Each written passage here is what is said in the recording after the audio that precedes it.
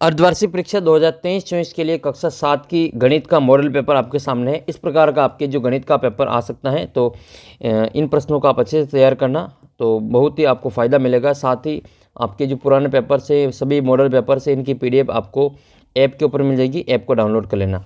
आपका पेपर होने के बाद भी आप अपना पेपर हमें भी इस प्रकार से, ये व्हाट्सअप नंबर है, इसके ऊपर भेज सकते हैं। ये 7568350069। और 7वीं क्लास का जो व्हाट्सअप ग्रुप है उसको भी ज्वाइन कर लेना। आइए कक्षा 7 के जो गणित का पेपर है वो हम इसमें देख लेते हैं कि आपका जो अर्धवार्षिक और वार्षिक परीक्षा जो पेपर हैं वो किस प्रकार के आने वाले हैं।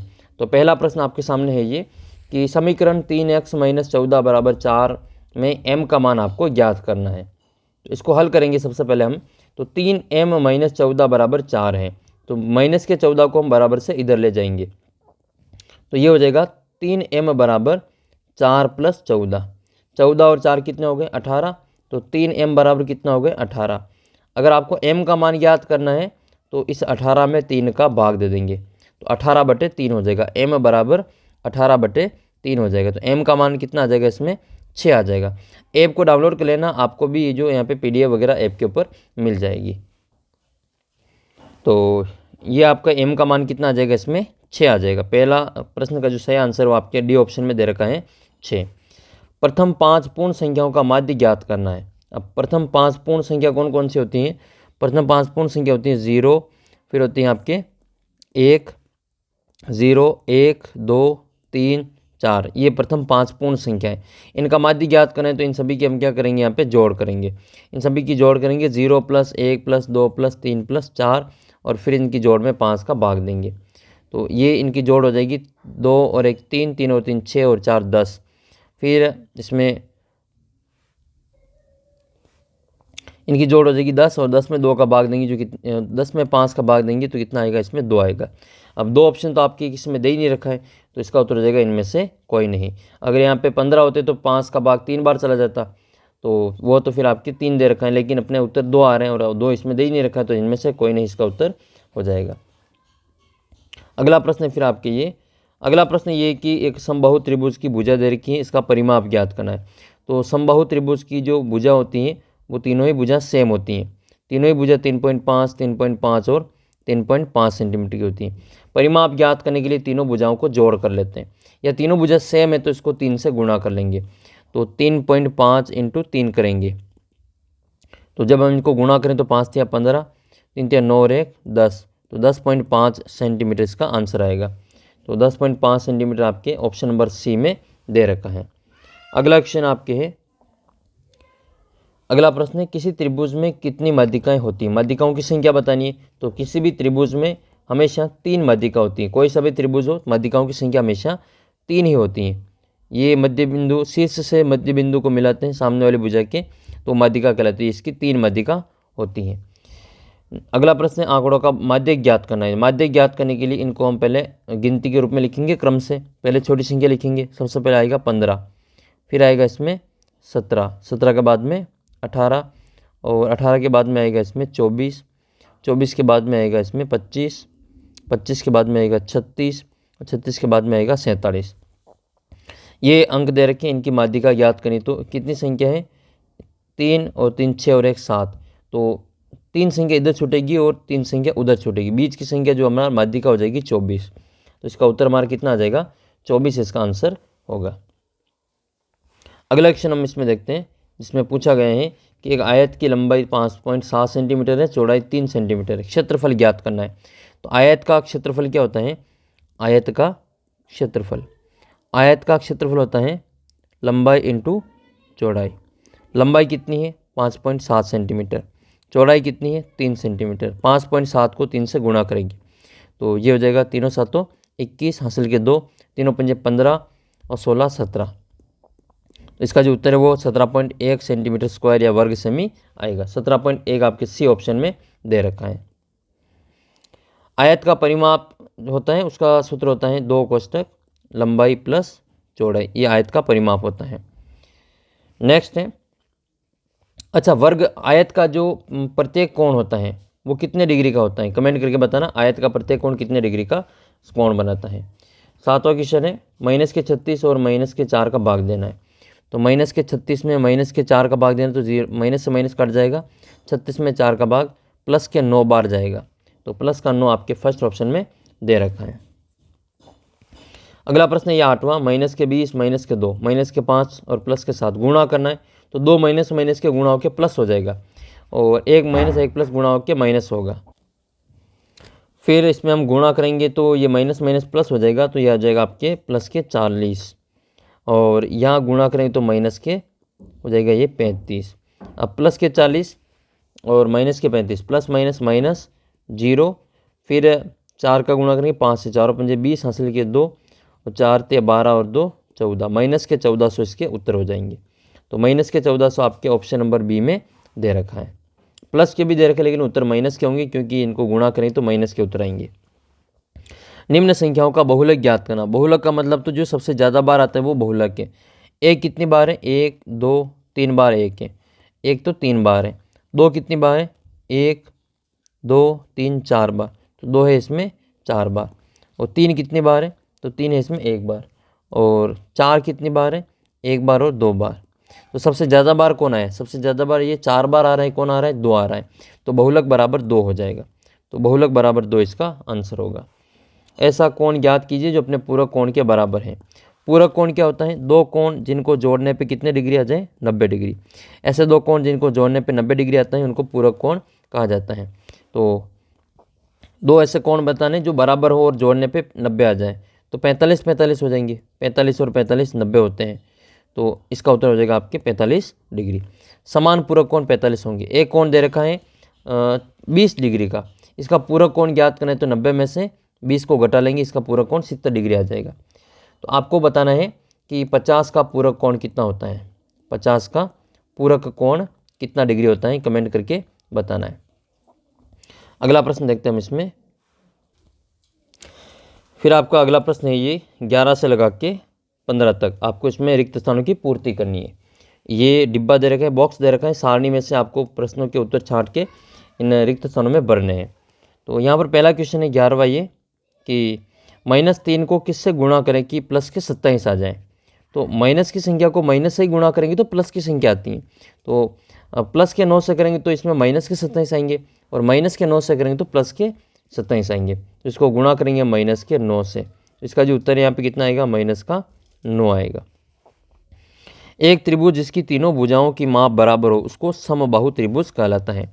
जो त्रिभुज की तीनों भुजाएं बराबर हो तो समबाहु त्रिभुज कहलाता है। जिसकी तीनों भुजाएं बराबर होती है इसको हम कहते हैं समबाहु त्रिभुज। तो इसमें आपको बनना है समबाहु। यदि दो कोण समपूरक है तो उनके मापों का योग हमेशा 180 डिग्री आता है। दो समपूरक कोण होते हैं तो उनकी जोड़ हमेशा 180 डिग्री आती है। अगला प्रश्न है एक समबाहुभुज की प्रत्येक भुजा 2.5 सेंटीमीटर की है और उसका परिमाप अगर 12.5 सेंटीमीटर है तो उसका भुजा की संख्या बतानी। तो 2.5 का इससे 12.5 में भाग देना है। तो यहाँ से 12.5 और यहाँ पे 2.5, इसके पॉइंट से इसका पॉइंट हट जाएगा। 25 के बार से 125 को काटेंगे तो ये कटेगा आपके 5 बार। तो इसका जो उत्तर है वो भुजाओं की संख्या कितनी आ जाएगी? 5 आ जाएगी।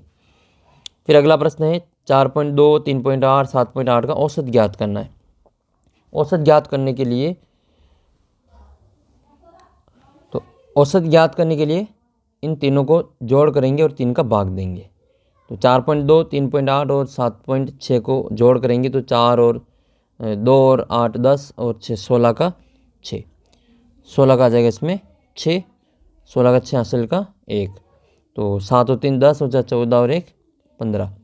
तो 15 पॉइंट ये आपके 6 आ जाएगा। इसमें आपको भाग देना है 3 का। 3 संख्या तो 3 का भाग देना है। तो 15 का भाग जाएगा इसमें, 15 में 3 का भाग जाएगा 5 बार और 6 में जाएगा 2 बार। तो 5.2 इसका उत्तर आ जाएगा। तो इसका जो उत्तर वो आपके कितना आएगा? 5.2 आ जाएगा। अगला प्रश्न है फिर आपके ये नेक्स्ट क्वेश्चन है कि निम्न जो कथन दे रखे इनका आपको सत्य असत्य की पहचान करनी है। ठीक है, सत्य असत्य बताना है। इसमें आपके पहला प्रश्न ये है 16वां कि एक दंड आलेख में दंडों की चौड़ाई असमान हो सकती है। तो दंड आलेख जो होते हैं उसमें दंडों की लंबाई दंड आलेख में दंडों की जो चौड़ाई है वो असमान नहीं होती है, उसमें बराबर होती है। आयत चित्र में कम ज़्यादा उसमें हो सकता है, तो इसका आपके असत्य हो जाएगा। किस त्रिभुज की दो भुजाओं का माप तीसरी भुजा से बड़ा होता है, तो ठीक है, जोड़ जो होगी उनका योग तीसरी भुजा से बड़ा ही होता है, ये सत्य है। दो बिंदुओं का योग भी एक भिन्न होता है, तो ये बिल्कुल सत्य है। तो समांतर रेखाओं के बीच की दूरी प्रत्येक स्थान पर बराबर होती है, तो ये भी सत्य है। 3.03 और यह आपके 0.0016 इनकी जोड़ करेंगे तो 3.03 इसमें जोड़ेंगे 0.016, तो इसकी जोड़ कितनी आएगी 0, ये 6, 3 और 1 4 और ये आपके 0.4, तो इसका जो उत्तर है वो ये 3.046 इसका उत्तर आएगा, तो ये आपके असत्य है। अगला प्रश्न है फिर आपके ये, एक समकोण त्रिभुज में AC का मान ये है और BC का मान ये है, तो AB की लंबाई ज्ञात करनी है, जबकि AB ये एक आपके समकोण त्रिभुज है। पाइथागोरस प्रमेय लगाएंगे इसमें, तो इसमें हम पहले त्रिभुज बनाएंगे समकोण त्रिभुज, जिसका जो कोण है C वो समकोण है। तो ये इस प्रकार से एक त्रिभुज बनेगा जिसमें एक कोण C बनाना है, ये A B और ये C यहाँ पे 90 डिग्री का कोण बनाना है। तो AC की लंबाई 5 सेंटीमीटर है, ये 5 है, और BC कितनी है, BC आपके है 12 सेंटीमीटर। तो आपको ये AB की लंबाई ज्ञात करनी। तो पाइथागोरस प्रमेय की सहायता से इसमें आपको कर्ण स्क्वायर बराबर आधार स्क्वायर प्लस लंब स्क्वायर लगाना है। ये तो हो जाएगा आपका कर्ण, ये होता है 12 इसका, नीचे का आधार ये, और ये होता है इसका लंब। तो पाइथागोरस प्रमेय लगाएंगे, ये होती है कर्ण का स्क्वायर बराबर आधार का स्क्वायर प्लस लंब का स्क्वायर। कर्ण का स्क्वायर ज्ञात करना है, तो यानी कि ये AB का स्क्वायर ज्ञात करना है, बराबर आधार कितना है 12, तो 12 का वर्ग प्लस लंब कितना है 5, तो 5 का वर्ग। तो ये इनको गुणा करेंगे 12 को 12 से, तो 144 प्लस 5 का करेंगे तो 25, ये आएगा आपके AB का स्क्वायर। इनको जो जोड़ करेंगे तो ये कितना आ जाएगा 169। तो AB का स्क्वायर बराबर 169, तो AB बराबर आएगा √169। तो 169 के वर्गमूल कितने होते हैं, तो AB का मान आ जाएगा इसमें 13 सेंटीमीटर। ये 169 13 के वर्ग होते हैं। अगला प्रश्न फिर आपके ये 12वां या 22वां, इसमें आपको x का मान ज्ञात करना है। तो ये x का मान ज्ञात करने के लिए हमें ध्यान रखना है कि त्रिभुज के बाह्य कोण का जो माप होता है वो अंतर के दोनों कोणों की जोड़ के बराबर होता है।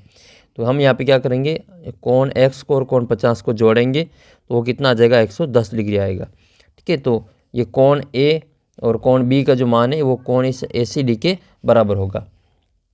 तो x का मान ज्ञात करने के लिए 110 में से हम 50 को घटा लेंगे, तो x का मान कितना आ जाएगा यहाँ पे 60 डिग्री आ जाएगा। तो कोण x का मान कितना आएगा 60 डिग्री। त्रिभुज के तीनों कोणों की जोड़ कितना डिग्री होती है, कमेंट करके आपको बतानी है। अगला प्रश्न है मान ज्ञात करना है, इसमें आपको 2/5 में 1/2 का भाग देना है। तो 2/5 इसको भाग को बदलेंगे गुणा में, तो 1/2 का 2/1 हो जाएगा। फिर इसको गुणा करेंगे 2 दूनी 4 और 5 एकम 5 हो जाएगा। ऐसे इसका सेकंड ज्ञात करेंगे, ये 4/9 है, ये भाग बदलेगा गुणा में, तो ये 3/2 हो जाएगा। 2/3 का क्या हो जाएगा 3/2 हो जाएगा। अंश को अंश से गुणा करेंगे 4 3 12 हो जाएगा, और 2 9 में 18 हो जाएगा। इसको और काटना चाहो तो काट देना, 12 और 18 को 6 के पार से काटेंगे, ये 2 बार कटेगा और ये 3 बार कट जाएगा। तो 2/3 इसका आंसर आ जाएगा। अगला प्रश्न, दिए गए चित्र में XYZ का मान ज्ञात करना है। ये सम्मुख कोण बराबर होते हैं, शीर्षाभिमुख कोण बराबर होते हैं। तो इसमें कोण X का जो मान है वो 55 डिग्री आ जाएगा, क्योंकि ये शीर्षाभिमुख कोण बराबर होते हैं। कारण क्या है, शीर्षाभिमुख कोण, शीर्षाभिमुख कोण, तो ये शीर्षाभिमुख कोण बराबर होते हैं। तो कोण ये एक लाइन पे कोण बन रहे हैं, ये अगर 55 का है और ये y का मान ज्ञात करना है, तो इन दोनों की जोड़ 180 डिग्री के बराबर होती है। तो कोण y + 55 इसका जो मान है वो 180 डिग्री के बराबर होता है।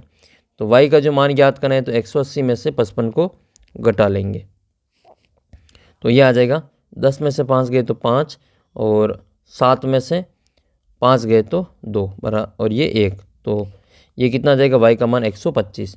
y का मान अगर 125 है तो z का मान भी 125 आएगा। कारण क्या है, शीर्षाभिमुख कोण। जो शीर्षाभिमुख कोण होते हैं वो बराबर होते हैं। ठीक है, ये आपको इस प्रकार से लिख लेना है। अगला प्रश्न है हल करना है इनको। तो m का मान ज्ञात करना है यहाँ से। तो पहला है, इसमें m का अंदर गुणा करेंगे तो ये आ जाएगा आपके 4m प्लस 4×12 बराबर 16। तो 4m बराबर प्लस के 12 इधर आएंगे तो माइनस के 12 हो जाएंगे। तो m बराबर 4m बराबर कितना आ जाएगा, 16 में से 12 गए तो 4। तो m बराबर कितना आ जाएगा 4/4, यानी कि m का मान कितना आ जाएगा, m का मान इसमें आएगा 1। ऐसे आपको इसमें हल करना है। -2 का अंदर गुणा करेंगे तो माइनस के 2x, -2 का 3 से करेंगे तो प्लस के 3 से करेंगे तो माइनस के 6 हो जाएंगे, बराबर में 8। तो माइनस का 2x बराबर माइनस का 6 इधर आएगा तो प्लस का 6 हो जाएगा। तो 8 + 6 तो बराबर माइनस का 2x यानी कि 14। x बराबर इसका उत्तर है। फिर तो इसमें माइनस के 2 का भाग देंगे 14 में, तो -2 का भाग देंगे 14 में तो माइनस का 7 उत्तर आ जाएगा। अगला क्वेश्चन आप, यदि L समांतर है M के तो x का मान ज्ञात करना है। इसमें x का मान ज्ञात करना है तो इसके लिए हम क्या करेंगे, पहले यहाँ से जो दो रेखा खींच सकी वो समांतर है और ये तिर्यक रेखा है। तो ये एकांतर कोण होते हैं, ये बराबर होते हैं। जेड में जो कोण बनते हैं वो बराबर होते हैं। तो यहाँ से हम ये इसका मान ज्ञात कर लेंगे। तो इसका मान ज्ञात करने के लिए इसको मान लेते हैं हम P। तो कोण P और 110 को जब हम जोड़ेंगे तो वो 180 डिग्री के बराबर आता है। एक सीधी रेखा पे हमेशा 180 डिग्री का कोण बनता है। एक अगर 110 डिग्री दे रखा है तो दूसरा ज्ञात करने के लिए 180 में से 110 को घटा लेंगे। तो P का मान कितना आ जाएगा, 180 में से 110 को घटा लेंगे तो ये कितना आ जाएगा, P बराबर 70 डिग्री। अगर P का मान 70 है तो कोण P और कोण X दोनों बराबर होंगे। कारण क्या है, ये एकांतर कोण है। कारण क्या है, ये एकांतर कोण है। एकांतर कोण बराबर होते हैं। अगला क्वेश्चन है फिर आपके ये क्वेश्चन नंबर 27। क्वेश्चन नंबर 27 है, राजू के पिता की आयु के 3 गुने से 5 वर्ष अधिक है। तो राजू की आयु ज्ञात करनी है। अगर उसके पिता की आयु 44 वर्ष है तो राजू की आयु मान लेते हैं कि राजू की आयु, उनके पिता की आयु राजू की आयु की 3 गुनी से 5 अधिक है। ठीक है, तो उसमें हम लिखेंगे कि पिताजी की जो आयु है वो कितनी है, 44, और राजू की आयु कितनी है, वो है x मान लेते हैं। राजू की कितनी मान लेते हैं, राजू की आयु वो मान लेते हैं x वर्ष मान लेते हैं। तो ये हो जाएगी, उनके पिताजी की आयु कितनी हो जाएगी, राजू की आयु की 3 गुने से 5 अधिक, तो 3x + 5 बराबर 44, ये इनके पिताजी की आयु है। समीकरण बन जाएगी, x का मान ज्ञात करेंगे तो 3x बराबर, ये 44 में से 5 को घटाएंगे तो ये हो जाएगा आपका 3x बराबर 39। तो x का जो मान है वो 39 में 3 का भाग दे देंगे तो x का मान कितना आ जाएगा, आपके 13 वर्ष आ जाएगा। तो राजू की आयु कितनी है, 13 वर्ष है। फिर आपको इसमें इसका 6 विद्यार्थियों का प्राप्त किए गए अंकों को दे रखा है, इनको एक दंड आलेख के रूप में बताना है। तो इनको आपको यहाँ पे एक दंड आलेख बनाना है, जिसमें यहाँ पर एक साइड में तो इनके नाम लिखने और एक साइड में इनके नाम लिखने और एक साइड में आपको इनके ग्राफ खींचना है। तो एक साइड में तो आपको इनके नाम लिख लेना है, जैसे यहाँ पे अमित लिख लेंगे, अमित, ठीक है, यहाँ पे अमित आ जाएगा, यहाँ पे अभिनव आ जाएगा, अभिनव, और यहाँ पे आ जाएगा भानु, यहाँ पे आ जाएगा दीपक, यहाँ पे आ जाएगा अंजलि, और यहाँ आ जाएगा गीतिका, और यहाँ पे इनकी संख्या लिख लेनी है। संख्या क्या लिखनी है, यहाँ से संख्या है आपके 400 से लगाकर, यानी कि इनको 300 से 50 का गैप बना लेंगे। तो यहाँ पर आ जाएगा आपके ये, जैसे यहाँ पर लिख लेते हैं हम 200 से 200, 250, फिर आपके 300, फिर ये 350, फिर ये 400, फिर ये 450, फिर ये 500, फिर ये 550 तक आपको यहाँ पे लिख लेनी है। फिर यहाँ पे अमित की कितनी 450 है तो अमित का आपको 450 तक लेके जाना है। तो अमित का यहाँ पे 450 हो जाएगा। अभिनव का इसमें 500 है तो थोड़ा सा इसमें आपको 500 तक इसको लेके जाना। तो ये अभिनव के 500 हैं और फिर आपके भानु के 300, तो इसमें आपको भानु को 300 तक में बनाना है। दीपक के हैं 360, तो इसको 350 से थोड़ा सा ऊपर, ये 360 हो जाएगी। अंजलि के 400 है तो इसको 400 तक ले जाना है, और गीतिका के 540 है तो इसको 550 से थोड़ा नीचे बना लेना है। इस प्रकार से आपको ये पूरा इस प्रकार से इसका दंड आलेख बनाना है अपनी कॉपी में। तो ये आपका पूरा पेपर है। इसी प्रकार से बाकी विषय के भी पेपर आपको मिल जाएंगे। ऐप डाउनलोड कर लेना और ये व्हाट्सअप नंबर है, व्हाट्सअप पर मैसेज कर देना। साथ ही व्हाट्सअप ग्रुप को ज्वाइन कर लेना 7वीं क्लास का। सभी पेपर की एक प्लेलिस्ट मिल जाएगी, उसका लिंक वीडियो के नीचे डिस्क्रिप्शन बॉक्स में दे रखा है, वहाँ पर क्लिक करके सारे पेपर देख सकते हैं। वीडियो को सभी दोस्तों के साथ में शेयर जरूर करना और चैनल को सब्सक्राइब कर लेना। मिलते हैं अगले वीडियो में, तब तक जय हिंद, जय भारत।